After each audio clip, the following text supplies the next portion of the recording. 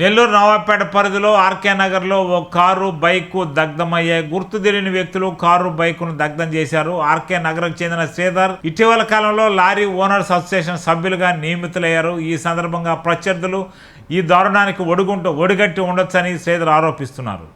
మా పేరు ఆర్ శ్రీధర్ బాబు అండి. మేము ఎన్టీఆర్గూడెంలో మా నాన్నగారు మేము పనిచేస్తున్నామండి. అక్కడ కొద్దిగా డిస్ప్యూట్ వల్ల మా నాన్నగారు మేము ఇంకా అక్కడికి వెళ్లకుండా ఉన్నాము. ఆ తర్వాత మమ్మల్ని 1 year తర్వాత పోర్ట్ రోడ్లో మా సంస్థ అనేది అక్కడ ఒకటి పిలిచింది. ఆ సంస్థలో నేను పనిచేయడానికి వెళ్ళాను.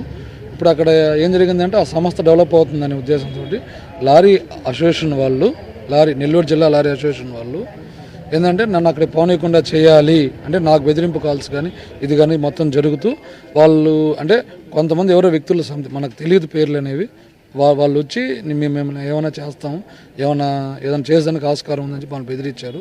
బెదిరించినప్పుడు మాకు తెల్లారులేసలేకి ఇది విధంగా చేశారు. ఇప్పుడు మళ్ళీ మా అమ్మ దగ్గరికి వచ్చి నైట్ 3 గంటలప్పుడు 3-3:30 మధ్యన మా అమ్మ దగ్గరికి వచ్చి మీ అబ్బాయిని అక్కడ పంపిస్తే ఏదో ఒకటి చేస్తాము మీ అబ్బాయిని కాపాడుకోండి అని చెప్పి వార్నింగ్ ఇచ్చిపోయారు. మేము పోలీస్ కంప్లైంట్ కూడా మేము ఇచ్చున్నాము. ఇంకా తర్వాత అది ఇంకా ఎలా ఉంటుందో కంప్లైంట్ ఇచ్చారా?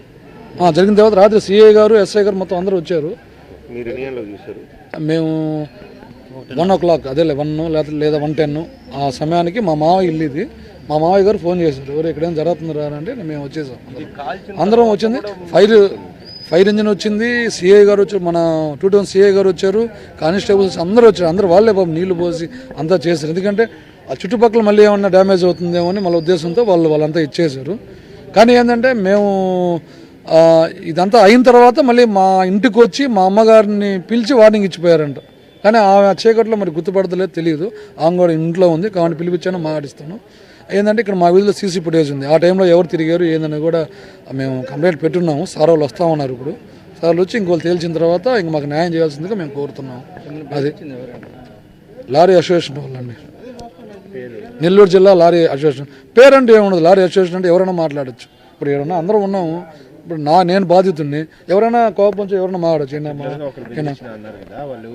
పర్టికులర్గా బెదిరించండి. అసోసియేషన్ నుంచి ఫోన్లు వస్తాయండి, పలానా వ్యక్తి అనేది ఏమి లేదు. అసోసియేషన్ వాళ్ళు మేము మిమ్మల్ని ఆడికి పోవద్దు అంటున్నారు, మీరు అక్కడికి వెళ్ళొద్దు, మీరు అక్కడికి వెళ్తే మీకు తీవ్ర పరిణామాలు ఉంటాయి అనే విధంగా ఏంటంటే నీకు అక్కడ డిస్కషన్ జరుగుతున్నారు అనే లెవెల్లో చెప్తున్నారు. అసోసియేషన్ అనేది తెలుసు కానీ పలానా వ్యక్తులు అనేది మనకు తెలియదు.